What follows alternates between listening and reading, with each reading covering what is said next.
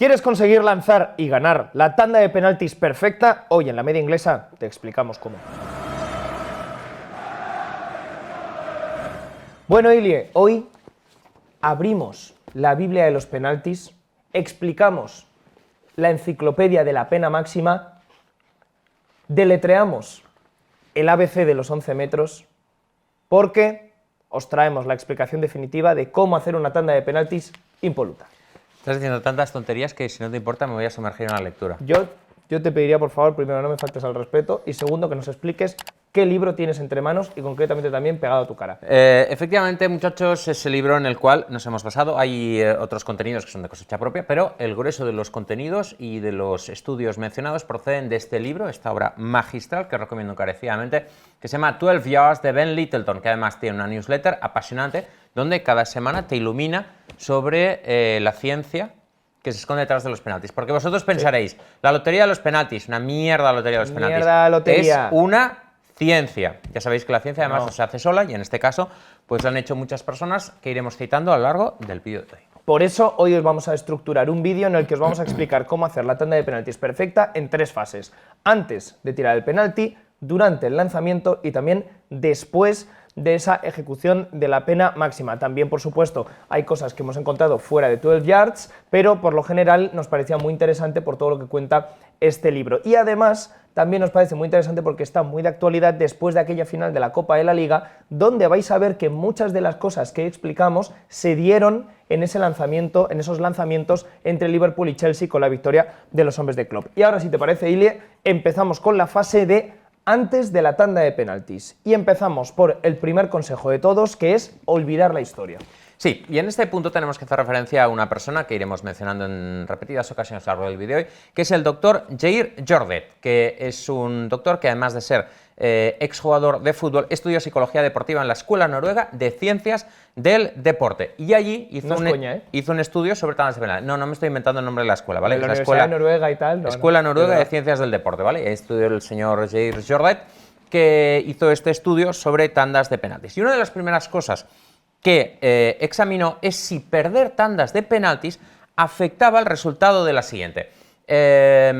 Resumiendo, sí. Es decir, tú lanzas una tanda de penaltis, la pierdes, la siguiente tanda de penaltis que lances tienes más posibilidades de perderla que antes. Eso también podría explicar el caso de Inglaterra. De hecho, si nos fiamos de los datos, el porcentaje de goles que marcas si vienes de 2 derrotas en tandas de penaltis es del 57%, y si vienes de el porcentaje de goles que marcas si vienes de 2 victorias es de un 89%. Es una diferencia abismal. Ahora, claro, nos fijamos en el caso de Inglaterra, que es tradicionalmente una selección perdedora en este tipo de artes, y es que solo ganó una tanda de penaltis de las 7 que disputó entre 1990 y 2012. Ganó en casa en la Euro 96 a España, pero perdió en semifinales contra Alemania en el Mundial de 1990 y después en la Euro 96, como ya sabéis, con esa cara que se le quedó a Gareth Southgate. Además, también contra Argentina en el Mundial del 98, contra Portugal en los cuartos de la Euro de 2004 y del Mundial de 2006, y contra Italia en la Euro de 2012. Todo eso son derrotas en ese espacio de tiempo en tandas de penaltis. En cambio, cuando finalmente logró romper la racha contra Colombia en octavos del Mundial de 2018, ganó también en la siguiente tanda, que en este caso tuvo poca importancia, pero también la ganó contra Suiza en el partido por el tercer lugar en la Nations League, antes de volver, por supuesto, a la senda de la derrota, que es la senda habitual para la selección inglesa en la tanda de penaltis, en la final de la última Euro. También hay un dato muy curioso que nos desvela el doctor Jordet,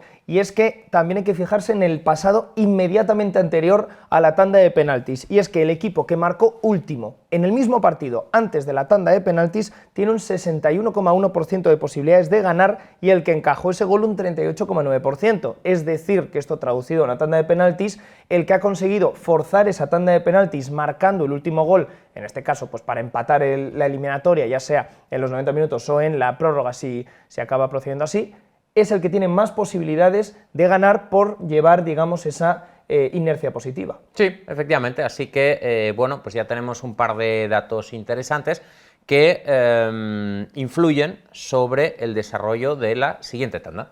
Ahora vamos a hablar de entrenar. las tandas de penaltis. Y por eso nuestro siguiente consejo es entrenar en situaciones reales. Muy importante esto. Sí, siempre se dice que es imposible entrenar los penaltis, ¿no? Es un dicho, luego lo haremos de Johan Cruyff, que fue el primero, digamos, que afirmó eso. Pero lo que sí que se puede hacer es tratar de entrenarlos en las situaciones más reales posibles, ¿no?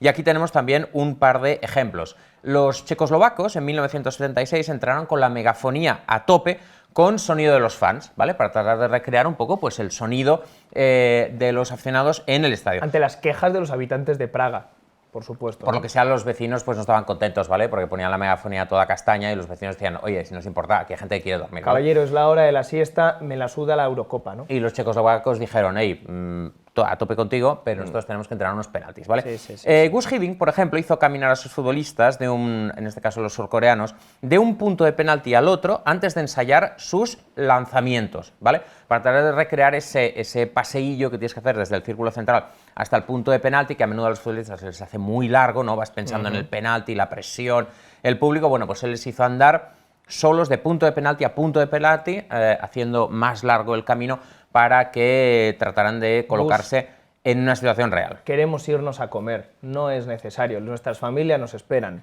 Pues que esperen. Entonces, por supuesto nunca podrás recrear la situación de un penalti decisivo en una final de la Champions League, pero sí que puedes al menos entrenar los penaltis al final de los entrenamientos, cuando ya por tanto ya estás cansado, recreando un poco la situación física en la que estarás al final del partido, con sonido ambiente para tratar de despistar. Puedes, por ejemplo, colocar al resto de los futbolistas detrás de la portería para tratar de despistar, igual que si fueran fans. En fin, puedes hacer cosas para que nunca recrearás al 100% la situación que te vas a encontrar, pero sí puedes añadir distracciones parecidas a la que te encontrarás en el partido. Y como tú bien decías, además, es una buena idea hacerlo después del entrenamiento para también simular ese cansancio que tienes después de un partido. Nuestro siguiente consejo es estudiar al rival. Hombre, este es un básico tanto a los jugadores como a los porteros. Esto cada vez se lleva más, en los últimos años ha evolucionado mucho, pero es que es una evidencia que te permite tirar mejor los penaltis. Siempre hablamos, además aquí es importante recalcar el tema del portero, porque siempre hablamos, siempre recalcamos cómo los porteros estudian a los lanzadores, ¿no? Entonces siempre vemos la botella de agua, fíjate, llevaba anotado dónde tiraba cada uno. También hay que estudiar al portero rival, ¿vale? Es importante, es una cosa que a menudo no se comenta, pero que se debe hacer. Porque, por ejemplo, los porteros suelen tirarse a su lado natural, en el 60% de las ocasiones, ¿vale? Si es diestro, pues suele tirarse a su lado, al lado que le resulta más fácil, a su derecha. Si eres diestro, esta discusión ya la tuvimos. A la derecha. Esta discusión ya la hemos tenido, pero yo soy zurdo, muchachos, zurdo absolutamente cerrado, mi lado derecho no vale para nada, y en cambio, siendo portero, me tiro mejor a la derecha. A la izquierda hasta me sale antinatural el movimiento, pero es que mi colega que es portero de nuestro equipo de los domingos, también le pasa eso, es diestro y donde mejor se tira es a la izquierda. De hecho, llega a colocar muchas veces la barrera, aunque no tenga sentido, favoreciendo el lado en el que se sabe tirar, que dices, ¿nos van a marcar goles? Efectivamente nos los marcan. Normalmente 60% al lado natural los porteros, aunque sus porcentajes varían ligeramente. Por ejemplo, Casillas era 54-46, es decir, que se lanzaba más o menos a ambos lados la mitad del tiempo. Contra diestros, en cambio, en el caso de Casillas era 52-49 y contra zurdos era 38-62. Es decir, que contra zurdos normalmente se tiraba a su izquierda, ¿no? Porque pensaba que era el lado natural, mientras que contra diestros dividía. Y aquí es donde hay que hablar de un nombre que vamos a mencionar también bastante en este vídeo, como es mi tocayo Ignacio Palacios Huerta, un hombre con un nombre absolutamente impecable, Ignacio Palacios Huerta, y además un profesor español de la London School of Economics, que fue de los primeros en desarrollar estudios relativos a los lanzadores de penaltis. Por ejemplo, hizo un informe relativo a Carlos Tevez, en el que sacó conclusiones muy interesantes. Por ejemplo, en el cacho del Apache, Chapache, tiraba más a la derecha un 45,6% que a la izquierda o al centro, un 27,2%. En todos los casos con un éxito superior, atención, al 90%. Se le daba bastante bien esto. Que quede claro que no es que fuera el 45,6%, que ahora me doy cuenta que no está escrito de una forma clara, que no es que tirar a la derecha el 45,3% y izquierda o centro el 27%, porque eso no hace el 100%. El 27,2 es el centro. Claro, y, ¿vale? lo restante es la izquierda, que os invitamos a sacar la calculadora y calcularlo, porque no lo vamos a hacer por vosotros. No. Queremos un espectador activo, un espectador comprometido. Ponte las pilas. Pero es un 20 y bastantes, ¿vale? Aproximadamente. Muchísimo. Bueno, luego, en el caso de Tevez, decía Ignacio Palacios Huerta que los porteros solían equivocarse porque se tiraban a la derecha el 73% de las veces.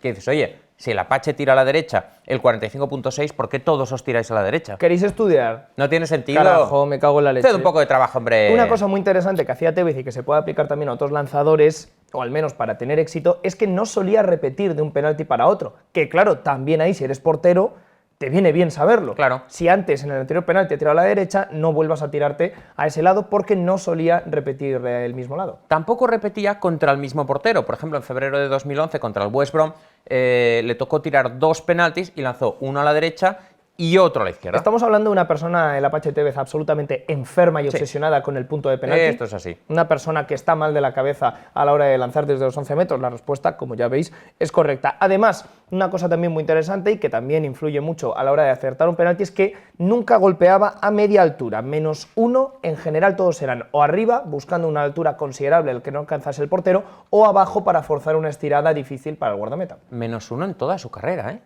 Es increíble. Ese claramente le salió mal. Le salió mal. Le pegó con la uña. ¿Crees que iba arriba o abajo el que le salió al medio? Si te sale al medio es que iba arriba. Vale. Es que iba arriba, pero le pegó con la uña. De hecho, luego, bueno, tuvo una movida en el hospital. Ya. Titulares en el diario Olé, la uña de Tevez. Ya. Fotos de, no sabemos si podrá volver a jugar. Tuvo que pagar el balón porque lo pinchó. Efectivamente, la uña incrustada en el Sí, pie. sí. Y bueno, ahora está en el Museo del Fútbol, de fútbol argentino. ¿La uña o el pie? La uña, el pie está en otro museo, Sí. en este caso de antropología. De antropología, efectivamente. Y además está metido como en un bote En así de formol. esto, en formol. Muy bien. ¿A qué queremos llegar con esto? Aunque no lo sepáis, Esa misma pregunta me estoy haciendo yo. esto es una exclusiva de la media inglesa, porque creéis, no, bueno, esto están hablando del libro. No, también nos damos una exclusiva. El Apache TV lleva desde aquel penalti contra el West Bromwich Albion, no era contra el West Bromwich No, Albion, pero era una media altura. el que tiró, lleva desde ese día jugando con un pie de madera. Vale. Un pie, bueno, pues una prótesis, Ujú. ¿vale? Es todo De lo madera, que- ¿no?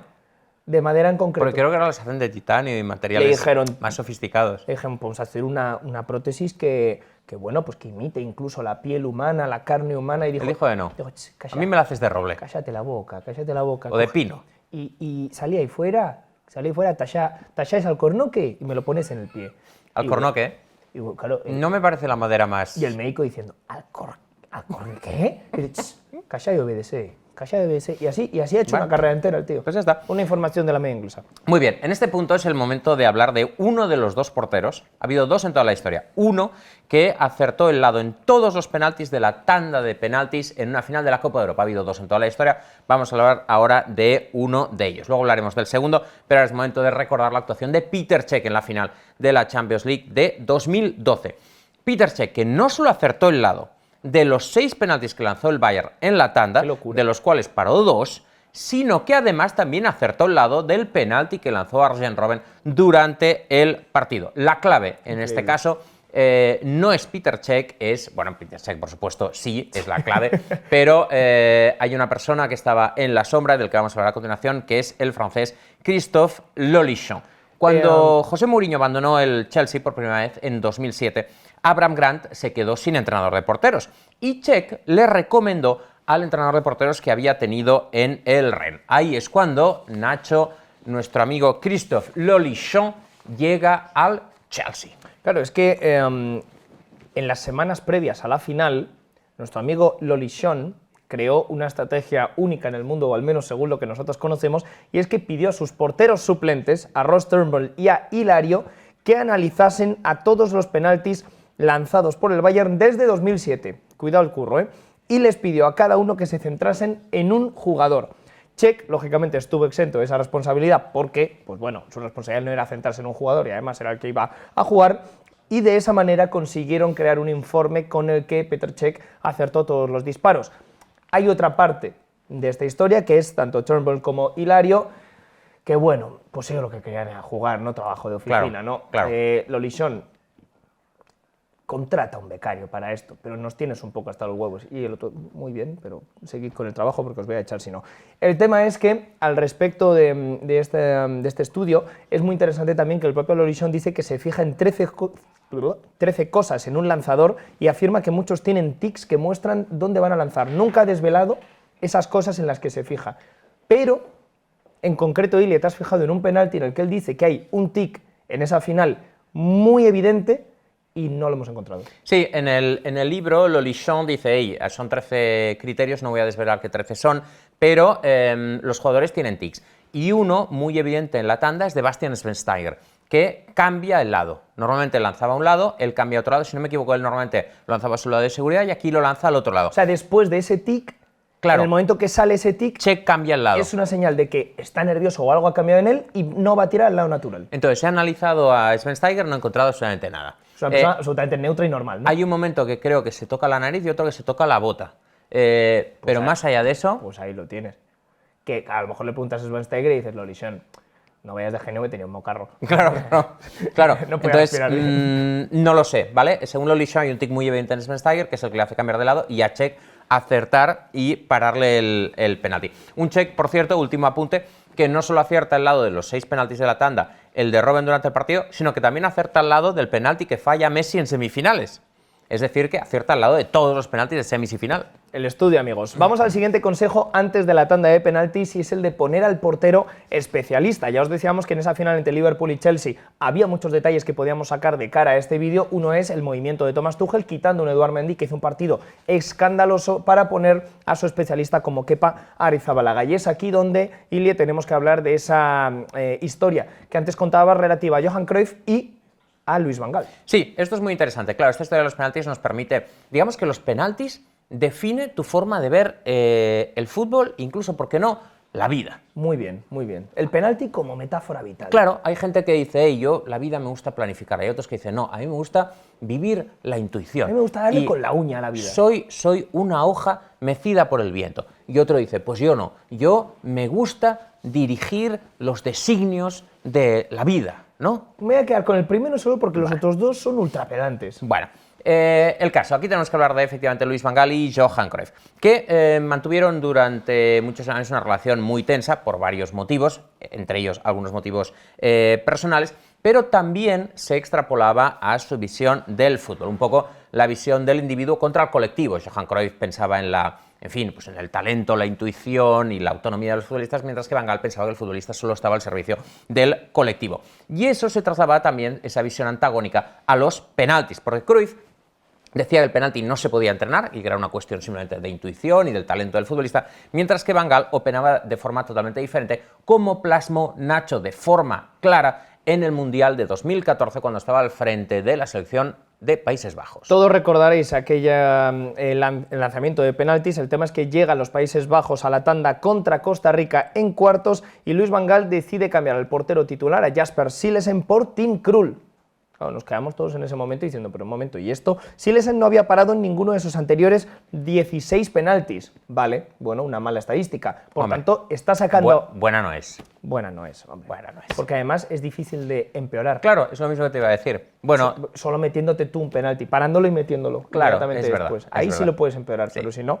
El tema es... o golpeándote contra el poste y quedando inconsciente. Y perdiendo toda tu carrera porque te has abollado el cerebro. Sí.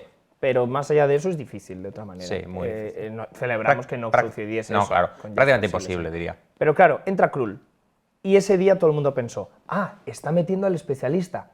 Párame el carro. Porque Krul había parado 2 de los anteriores 20 penaltis que había enfrentado. Que tampoco es espectacular. No es espectacular, todo lo contrario. Aquí sí te puedo hacer la estadística, es un 10%. Gracias por este cálculo de mierda.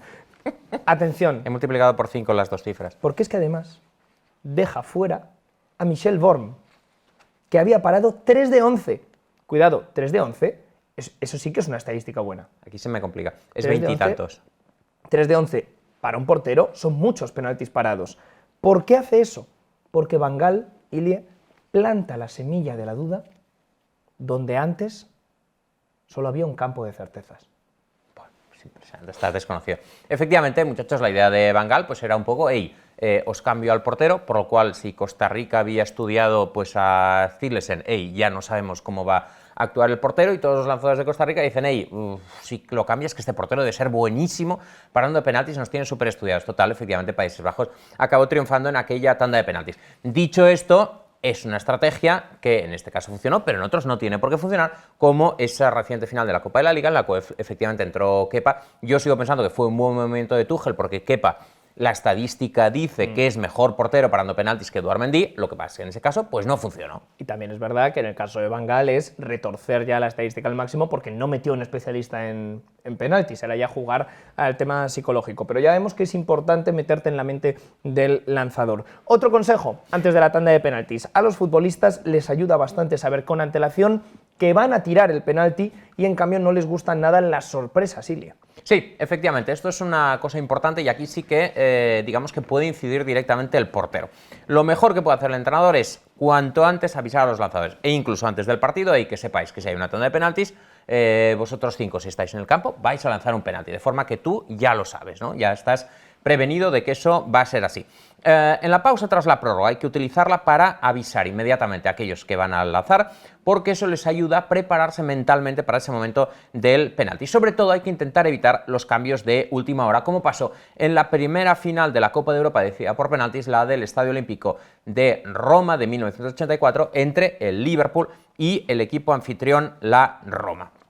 Ahí sucedió una cosa en los lanzamientos de la Roma que afectó al desenlace de la tanda y de hecho acabó teniendo un epílogo, bueno, pues triste en este caso. El Liverpool lanzó primero, pero Nicol falló. Y es entonces cuando Graziani iba a lanzar, pero a continuación el capitán Agostino Di Bartolomei le quitó el balón para lanzar él, lo que supuso, por supuesto, descolocar totalmente la disciplina de lanzamiento en la Roma.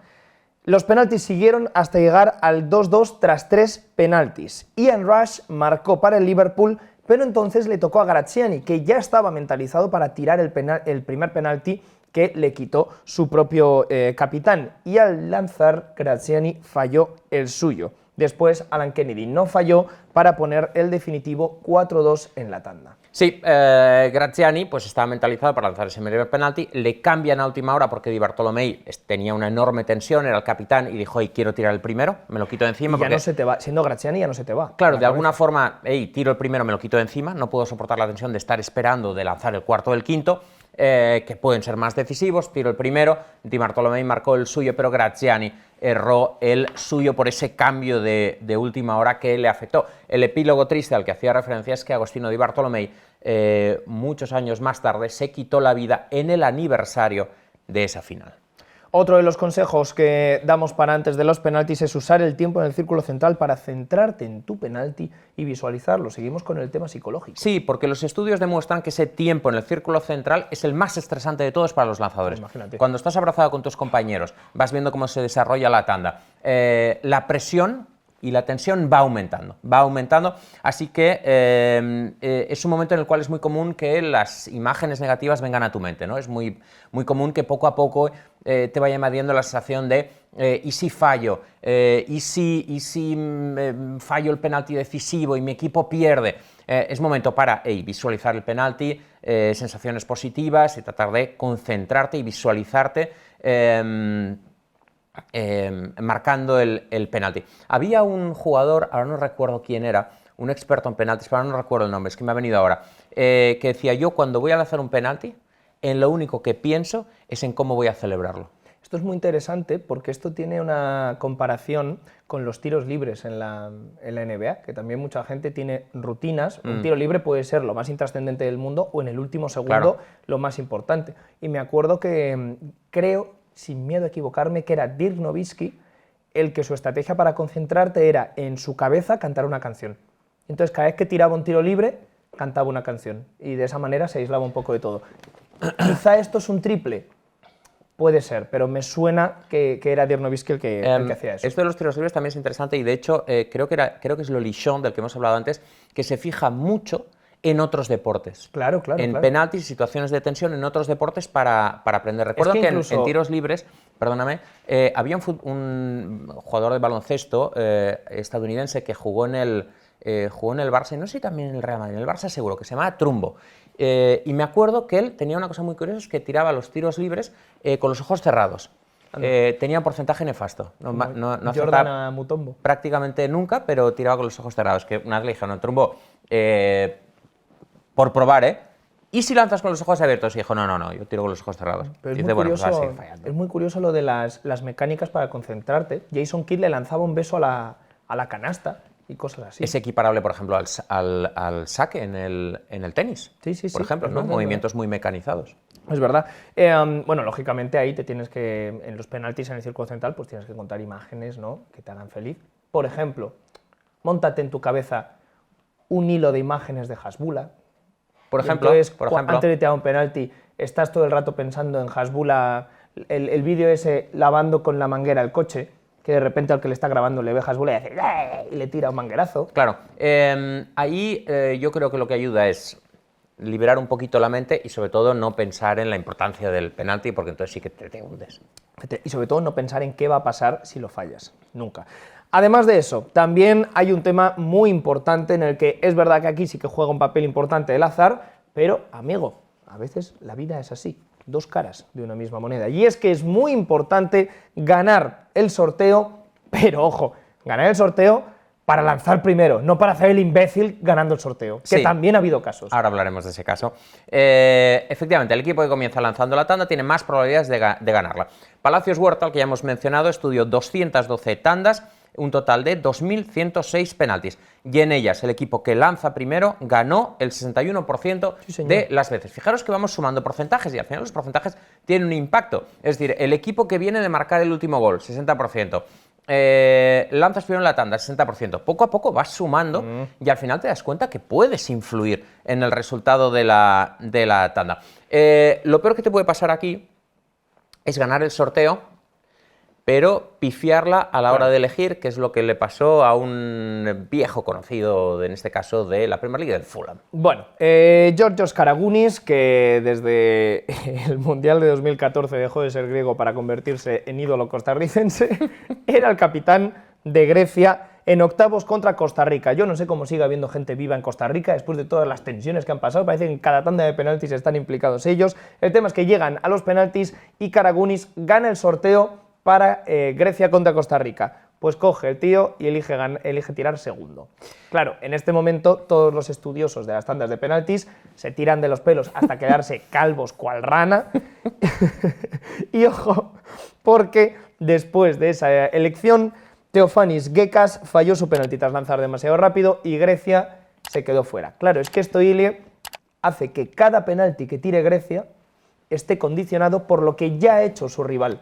En cambio, cuando tiras el primero, nunca estás condicionado por la acción previa del rival. Siempre estás pensando que todo lo va a condicionar tu decisión, o mejor dicho, el final de tu penalti, sea dentro o fuera de la portería. Es exactamente lo que pasa con los penaltis para no perder o los penaltis para ganar, ¿vale? Es, pues eso, el penalti para ganar es aquel que ya en la muerte súbita, si marcas, ganas la tanda, y el penalti para no perder es aquel que, si fallas, has perdido, si marcas, sigues con vida, ¿no? En el caso de los penaltis para no perder, se marcan en el 62% de las ocasiones, es decir, cuando tienes la presión de, hey, si no marco estamos fuera, mientras que los penaltis para ganar se marcan en el 92% de las ocasiones, es decir, cuando dices, hey, no tengo tensión y además puedo ser el héroe si marco esto, 92%.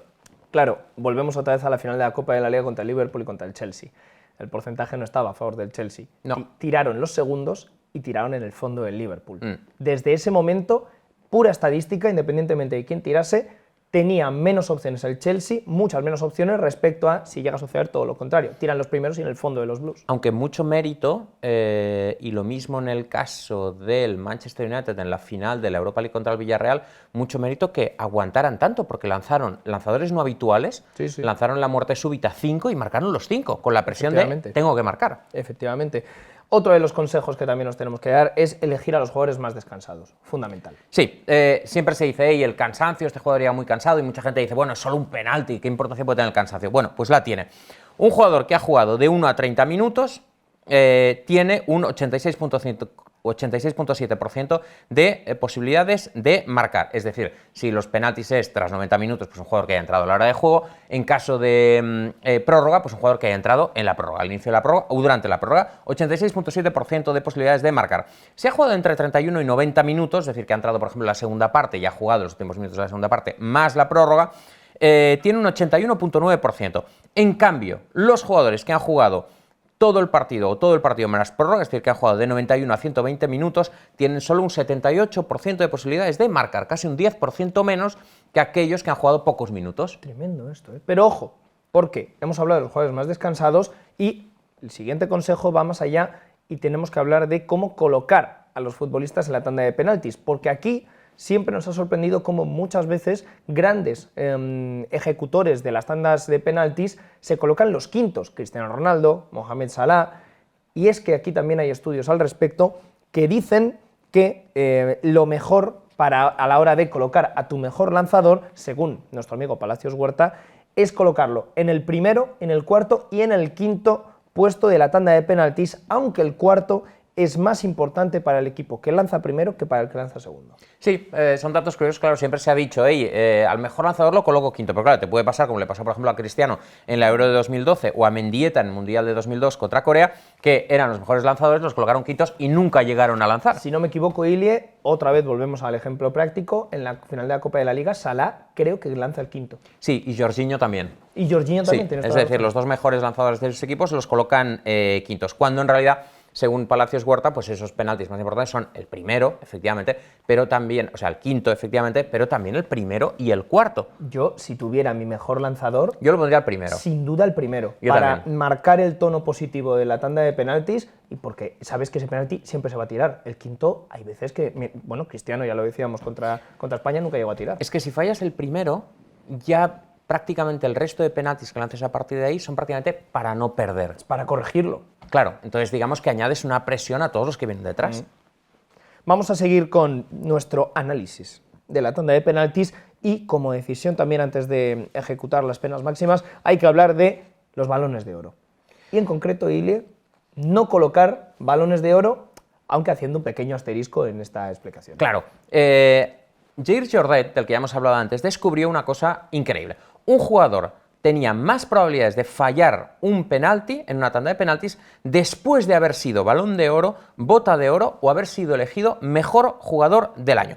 Un jugador, el mismo jugador, estamos hablando del mismo jugador, una vez que ya había obtenido ese premio, acertaban el 59% de las veces. Es decir, los futbolistas ya consagrados con un Balón de Oro, por ejemplo, 59% de acierto solo. Uno que no lo, o sea, ese jugador que no lo hubiera recibido acertaba en el 74%. Y en el año en que estaba camino de ganarlo, acertaba en el 89%. Es tremendo esto, ¿eh? Es tremendo. Es decir, claro, que había claramente como una especie de campana de Gauss, ¿no? Es decir, hey, no tengo premio, bueno, 74, voy a recibir el 89, ya lo he recibido, ¡pum! Aquí, lógicamente, el asterisco lo hacemos porque supongo que este estudio, con lo que hemos vivido la última década, no se puede hacer porque todos los balones de oro los han ganado los dos mismos, Leo Messi y Cristiano Ronaldo, excepto excepciones como la de Luka Modric. Pero bueno, por ejemplo, Cristiano falla en la tanda de penaltis de la final de la Champions de 2008. Sí. Por ejemplo, en Moscú. Moscú. Es que no sé si ese año es... Pero claro, es que como se han repartido tantos balones de oro, no aplica tanto. También muy importante hablar del portero. Amigos, si es que hay que preparar al portero... no para parar, para lanzar, y otra vez, en la Copa de la Liga, tenemos la demostración. Claro, cada vez es más común ver a porteros lanzar penaltis porque las tandas se alargan y también porque cada vez es más común también ver a porteros que son buenos con los pies, ¿no? Neuer, Dimitrovic, el que en su día tiró un penalti con el Eibar, si no me equivoco, y bueno, y el que tiraba mucho, aunque eran más faltas, era Rogerio Zeni. Sí, ahora vamos a hablar de ellos, porque, claro, hay casos, como los que mencionaba Nacho, de porteros que han sido excelentes lanzadores. Porque además hay una cosa, como mencionaba Ricardo, el portero portugués, que decía, claro, al ser portero, uno ya tiene una cierta ventaja sobre los otros lanzadores, porque entiende al portero rival, ¿no? Cuando un portero lanza contra otro portero, conoce la dinámica del portero rival, ¿no? Mientras que un jugador pues no sabe, ¿no? Cómo actúa un portero o la presión que tiene un portero, ¿no? Porteros como José Luis Chilavert o Rogerio Ceni o Hans-Jörg Butt o Michael Landreau fueron especialistas en el lanzamiento. En el caso de Chilavert, pues era un portero que no se andaba con tonterías, ¿no? Básicamente lo que hacía era pegar duro a su lado natural, ¿vale? Él, lo que decía Chilavert, llegaba al penalti y decía ahí, yo le voy a pegar una castaña, a mi lado natural, ¿vale? Si le pego, su teoría era, si le pego fuerte, si le pego bien, ese balón va a entrar. Si por algún extraño motivo, que esta es la parte curiosa del asunto, se sentía un tanto ansioso, ¿no? Sentía que hoy tengo mucha tensión y tal, lo que hacía era pegarle duro y apuntaba hacia un lugar que él consideraba que era infalible, la cara del portero. Él decía, no tendrá huevos de quedarse con la castaña que le voy a pegar directamente a su cara. Claro.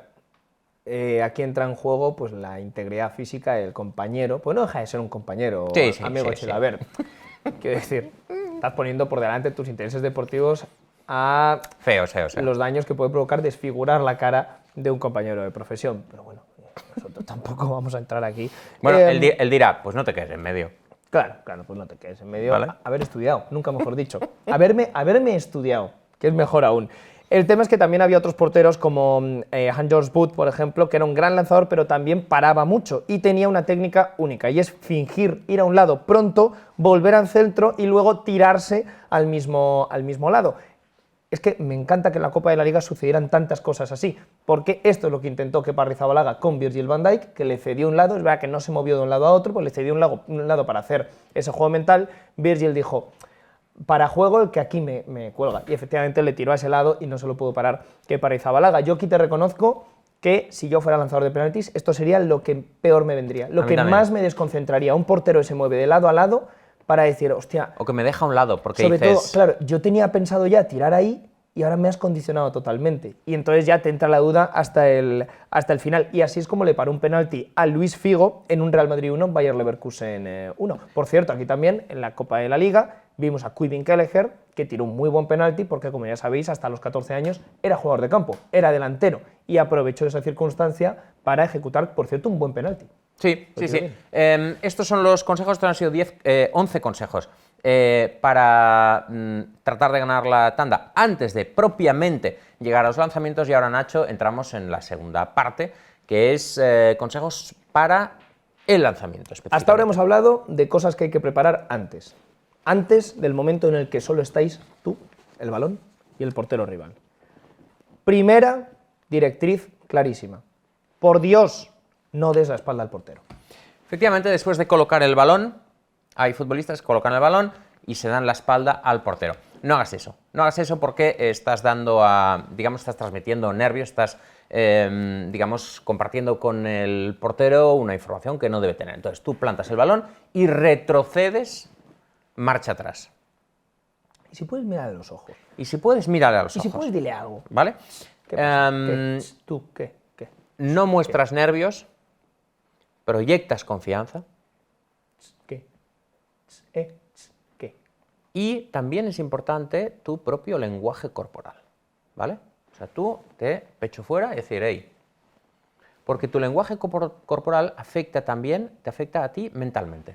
Si puede ser, no seas Cesc Fábregas en aquella tanda de penaltis contra Italia, un hombre absolutamente blanco, desposeído de cualquier color humano y con una cara de querer vomitar.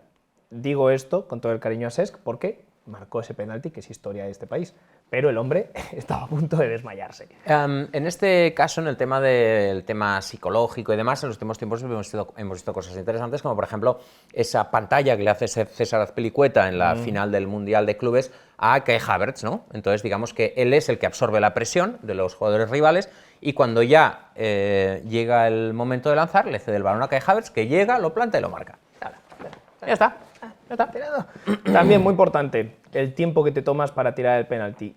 Tómate un segundo extra, pero cuidado, no te pases, porque los jugadores preparan sus penaltis, atención, el doble de rápido cuando están bajo presión y eso hace que muchos fallen su intento. Sí, cuando un lanzador se acelera, lo más probable es que falle. De hecho, en la última final de la Copa de la Liga que estamos comentando, el lanzador que tiró más rápido el penalti fue el único que lo falló, que fue Kepa. Mira. El más rápido de todos, ¿no? Se conoce que los nervios pudieron con él, plantó el penalti y se aceleró. Ni siquiera Konaté con la técnica de la estampida, en el penalti más feo y más extraño de todos los tiempos. Ni siquiera Konaté falló. Entonces, digamos que es importante no precipitarse. Sin embargo, tampoco es interesante que suceda lo contrario. Y este es un consejo ya para porteros. Hay que frenar la rutina de los lanzadores demorando su disparo. Cuanto más tiempo está el lanzador esperando a lanzar, más probabilidades tiene de fallar. Si llega y tira, pero sin acelerarse, como hemos dicho, marca el 90% de las veces, pero si le hacen esperar entre 1.7 y 4.5 segundos, ese ratio baja al 61%. Ojo, Si el portero rival, por lo que sea, consigue que el Es una lanzador bajada radical. tenga que esperar 4 segundos, su índice de acierto baja un 30%. Claro, esto ya nos salimos de las tandas de penaltis, pero también esto suele pasar mucho cuando hay un penalti en un partido, cuando está ya en juego abierto, que el portero se acerca, se pone delante del balón, empieza a hablar con el árbitro, todo lo que signifique ralentizar ese tiempo y estorbar el correcto funcionamiento de esa, digamos, técnica previa al lanzamiento, funciona a favor del portero. De hecho, en la final de la Champions de 2008, los lanzadores de Čech tuvieron que esperar una media de 0,4 segundos, mientras que los de Van der Sar tuvieron que esperar una media de 6,4 segundos, una diferencia enorme que jugó a favor del Manchester United, que hizo que se ralentizase mucho más. Y aquí hay una historia muy curiosa, Ilie, que me encanta siempre contar en vídeos así, que es la de Salomón Kalou en el Chelsea, porque Salomón Kalou sabía que había un juego mental en juego, nunca mejor dicho, y consiguió llevarlo a su terreno. Claro, ¿qué hizo Salomón Kalou? Salomón Kalou era consciente de que Van der Sar lo que estaba haciendo era intentar hacerle perder el tiempo y sacarle de su rutina. ¿Qué hizo? Cuando Van der Sar acabó con todas esas pérdidas de tiempo, que comenta Nacho, y que no me coloco en la línea, que hablo con uno, que hablo con otro, que voy aquí, que voy allá, que bebo agua, que tal, no sé qué, Salomón Kalou, cuando por fin Van der Sar estuvo listo, ¿qué hizo? Volvió a empezar su rutina. Volvió a acercarse al balón, lo volvió a plantar, inició su rutina, se lo tomó con calma, lanzó el penalti y lo marcó. Tío listo, macho. Tío listo. Genialidad táctica de Salomón Kalou. Así que consejos también para lanzadores: cuando el portero te quiera concentrar, espera que acabe sus cosas e inicias tu rutina. Y una que ya os anticipábamos, pero que también teníamos que meter aquí, es que lanzar contra tu público evidentemente ayuda, y otra vez nos vamos a esa Copa de la Liga, el Liverpool ganó en su fondo. Sí, efectivamente, aproximadamente en el 60% de las veces lanzar contra tu público te ayuda. ¿Por qué? Primero, tener al público rival gesticulando detrás de la portería te desconcentra. Es un infierno. Esto es así, ¿vale? Aunque tú solo veas la portería del portero, tener gente detrás, abucheando, moviendo, tratando de desconcentrar, efectivamente tiene un impacto. Y luego, segundo, y esto lo comentaremos un poco más adelante, tras marcar puedes celebrar un poco con tu público. Y esto también ayuda a aumentar la confianza en tu propio equipo y a generar más presión en el portero rival, que es el siguiente que va a parar. Así es. Además, Perdón, también en el lanzador rival, que es el siguiente. Como también es muy importante elegir el lado correcto, que curiosamente es no elegir lado. Efectivamente, aquí tenemos que hacer mención al economista israelí Michael Bar-Eli, que descubrió que la mayoría de los porteros preferían tirarse a un lado antes que quedarse en el centro para no dar la impresión de que no habían intentado parar el penalti. Esto me parece súper interesante. Así que realmente se quedan en el centro. Lo que hizo una encuesta entre porteros y dijo: hey, si te van a marcar un penalti, ¿dónde prefieres haberte tirado? ¿Al centro, a la derecha o a la izquierda? Y nadie eligió el centro. Claro. Todo el mundo dijo: hey, si me lo van a marcar, yo en el centro prefiero no quedarme, ¿no? Porque te quedas ahí parado, te lo meten a un lado y la gente dice: hey, pero tío, tírate, tírate. Sobre todo porque se identifica como una falta o ausencia de esfuerzo respecto a quien se ha tirado, cuando en realidad es una elección tan lícita como tirarte a los lados. Según este economista, el 29% de los penaltis se tiran por el centro, entre los 286 penaltis de varias ligas que él estudió. Pero los porteros solo se quedan en el centro el 6% del tiempo. Es decir, que prácticamente un tercio de los penaltis se tiran por el centro, pero en cambio los porteros que prácticamente nunca se quedan ahí. Con lo cual hay un margen ahí para que los porteros de vez en cuando se queden un poco en el centro. Aquí siempre me acordaré de la final de la tanda de penaltis de Milán, cuando Jan Oblak contra el Real Madrid se queda muchas veces en el centro, lo cual se interpretó como: ostras, tío, tírate alguna vez a algún lado. Pero claro, si esos penaltis llegan a ir al centro, Oblak habría parado alguna, aunque no le saliese bien en ese caso. También es muy importante, Ilie, hablar, esto ya es ir al detalle, pero es que es importante, la angulación de tu carrera respecto al balón. Para que veáis que efectivamente hay una ciencia. Felice Akame, un estudiante de la Universidad Católica de Milán, presentó un estudio en marzo de 2011 basado en 122 penaltis de la temporada 2009-2010 de la Serie A.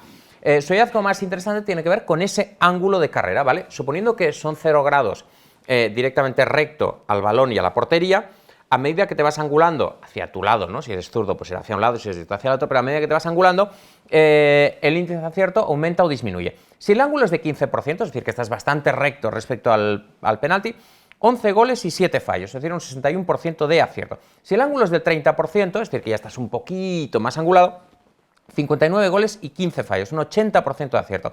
Y si te vas ya a los 45 grados, es decir, que ya estás bastante angulado respecto a balón, 20 goles y 10 fallos, es decir, pues 2 tercios, ¿no? 67%, 66,6% periódico puro, es decir, que el ángulo correcto es de 30 grados. Me estás recordando, con lo que has dicho de el zurdo se va hacia la derecha, el diestro se va hacia la izquierda, a la mítica Ezequiña. ¿Te acuerdas de la Ezequiña? Un futbolista español de las categorías inferiores, que se llama Ezequiel, de ahí el nombre, que en un partido tiró un penalti, que es el penalti más increíble que he visto en mi vida, en el que se acerca al balón y remata con el pie que hace creer al portero, que es el de apoyo. Entonces remata con la zurda. Lo he visto varias veces eso. Me lo he visto un montón de veces y todavía Súper difícil. No me explico el penalti. Bueno, el portero se lo tomó a mala hostia, incluso que fue a por él, que es para decir, macho, te joderá mucho, pero te acaban de meter el gol de todos los tiempos. Si no lo habéis visto, poned en YouTube, después de este vídeo, por supuesto. Hombre, claro. Pues ahora, tío. Ezequiña, porque vais a flipar con ese gol. Y lo vais a ver varias veces porque no vais a explicar. De primera, lo ves por primera vez y dices, un momento, ¿cómo se ha movido este balón hacia la portería? Merece. ¿Quién? ¿Lo hacía Henry? Esto no me acuerdo. Henry, no me acuerdo de esto. Comentario fuera de cámara de Juan Corellano que nos deja absolutamente descolocados. Bueno, No me acuerdo de ver a Henry hacer compartid eso, en pero comentarios, sí, me lo compartid creo. en comentarios ejemplos de ese penalti, ¿no? Sí. Y así, de hecho, estaría bien que en comentarios Henry- la gente pusiera ejemplos de penaltis, porque así tienes un montón de material para ir viendo penaltis. Yo a Henry lo que sí le recuerdo, que a lo mejor Juan se refiere a eso, es un pase haciendo eso. Eso es a lo que se refiere Pero es el Juan. que da Pires mal con el Arsenal. No. Eso es el Basado en uno penalti, el exitoso penalti de dando un pase. Cruyff. Yo he visto a Henry dar un pase haciendo creer al jugador que tenía enfrente que iba a golpear con la derecha un centro. Y en cambio, en vez de eso, usas el pie de apoyo para dar un pase. Ah, ya. Pero lo que no había visto nunca, y por eso tiene mucho mérito lo de Ezequiel, es el penalti.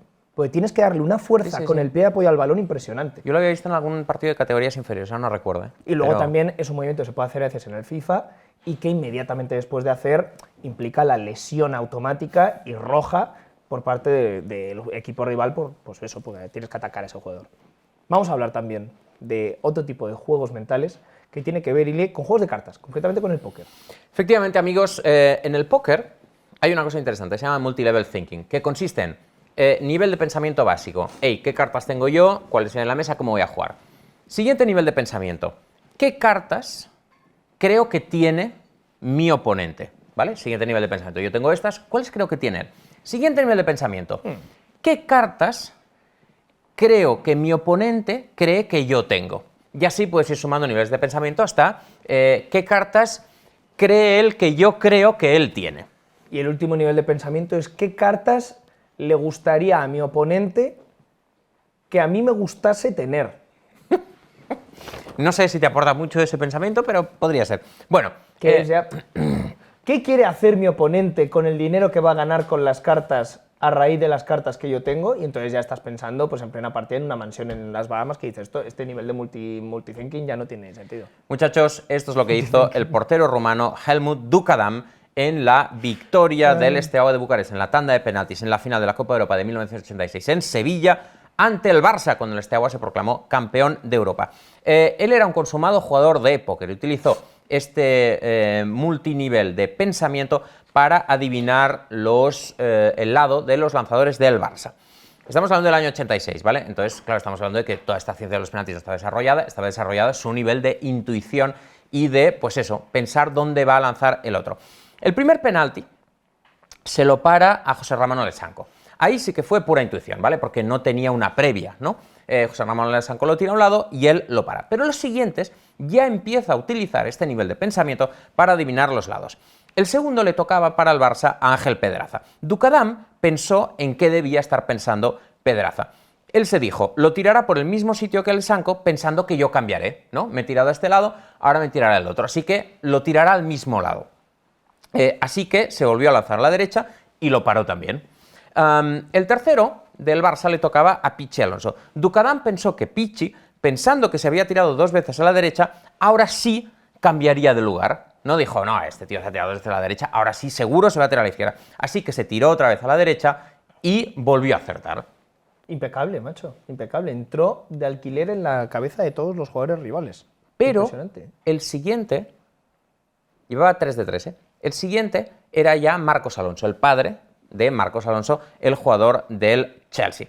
Dukadam se dijo, Marcos pensará, este tío se ha tirado 3 veces a la derecha, así que siempre se va a tirar a la derecha. Es evidente que no cambia de lado. Este tío va siempre a la derecha a ver si no la flauta. Así que ahora se volverá a tirar a la derecha. Y entonces Ducadán dijo, vale, este tío se cree que yo me voy a tirar a la derecha, ahora sí voy a cambiar. Efectivamente, en este caso, sí cambió de lado y lo volvió a parar. Impresionante esto, ¿eh? Impresionante. Además, también, ya que estamos hablando de los porteros, antes hemos anticipado este consejo, muévete si eres portero, porque en ese momento es cuando también vas a conseguir que la fortaleza mental del jugador se vaya cayendo ladrillo a ladrillo. Claro, como tú decías antes, los lanzadores encuestados coinciden en que prefieren un portero sobrio que no se mueva de su línea y que está esperando el lanzamiento pues ahí tranquilo, que uno que empieza a hacer aspavientos o movimientos raros. Y de eso sabe mucho el Liverpool. Ya hemos comentado la tanda de penaltis de la final de la Copa Europa de 1984 en Roma, cuando el Liverpool gana su primera orejona, que se decidió en penaltis. El portero de Liverpool era Bruce Grobbelaar, y en ese famoso penalti de Graziani acuñó las famosas piernas de espagueti. Piernas de espagueti. Qué personaje Bruce Grobbelaar. Que luego Bruce Grobbelaar se tira al triple de no, estábamos en Roma y entonces el espagueti y tal. Bruce, tío, lo que querías era despistar al rival, lo hiciste bien y ya está. Era un homenaje, ¿no?, al Imperio Romano, ¿no? Claro. que tantas victorias consiguió. Que por cierto, Graziani dijo que ni siquiera lo vio a Grobbelaar haciendo las piernas de espagueti. Graziani en una entrevista muchos años después, que tenías que verle ahora a Graziani, es un señor como, bueno, es muy curioso. Un señor que viste con unos colores y no muy curioso. Dijo que no, que a Grobbelaar no le llegó ni a ver.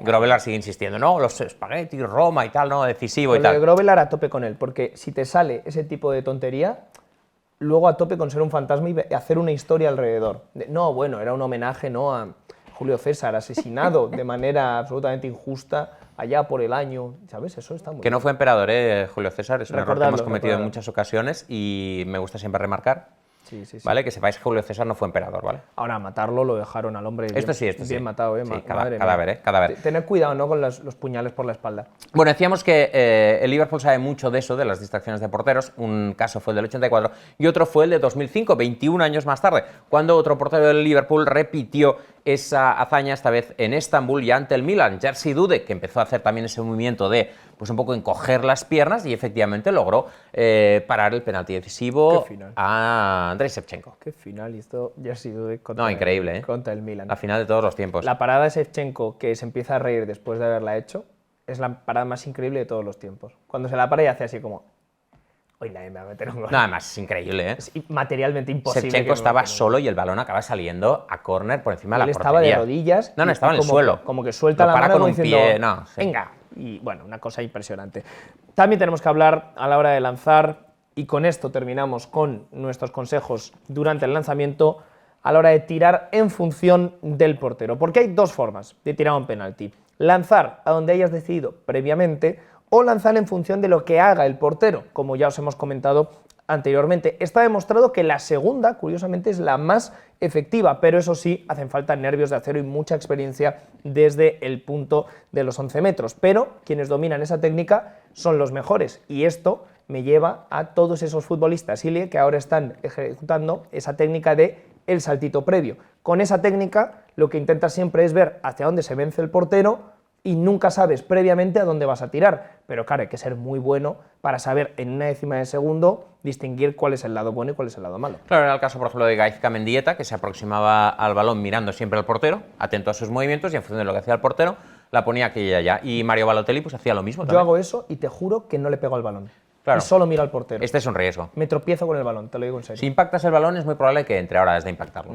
De hecho, ¿te acuerdas que el otro día comentábamos en la reacción un penalti de Robert Lewandowski recientemente en Champions League? Sí. Que también era lo mismo. Es verdad. Al principio mira la carrera para sostenerse bien, digamos, y saber hacia dónde va, y después mira al portero y no le quita la mirada. Y claro, al final ves como el portero se vence a un lado, Lewandowski sabe en todo momento cuál va a ser el lado libre. Hay muchos futbolistas de estos que, por ejemplo, hacen como los lanzadores de rugby, los pateadores, que miden los pasos atrás y lo calculan, ¿no? Entonces hacen, a ver, 7 pasos atrás, 2 a la izquierda, vale, perfecto, estoy aquí. Entonces ya sé que con la carrera normal voy a impactar con mi pierna natural, entonces puedo estar pendiente del portero. Y aquí también es muy útil también la paradiña, para ver hacia dónde se vence un portero, siempre que luego la O el paradiña... saltito, ahora el saltito es una especie por supuesto, de paradiña pero reinventada. La paradiña al menos, mientras luego des otro paso más, es legal. Sí. Así que Lo que vamos a también hacer se es ir puede- hacia atrás, claro. Efectivamente. Y por último terminamos este vídeo con el último consejo de todos, el único que damos después del lanzamiento. Y es que después del lanzamiento, Ilie, hay que abrazar a los que han fallado y si marcas, dejarte la vida en ello. Esta es una cosa de locos, ¿vale? Es una cosa de locos.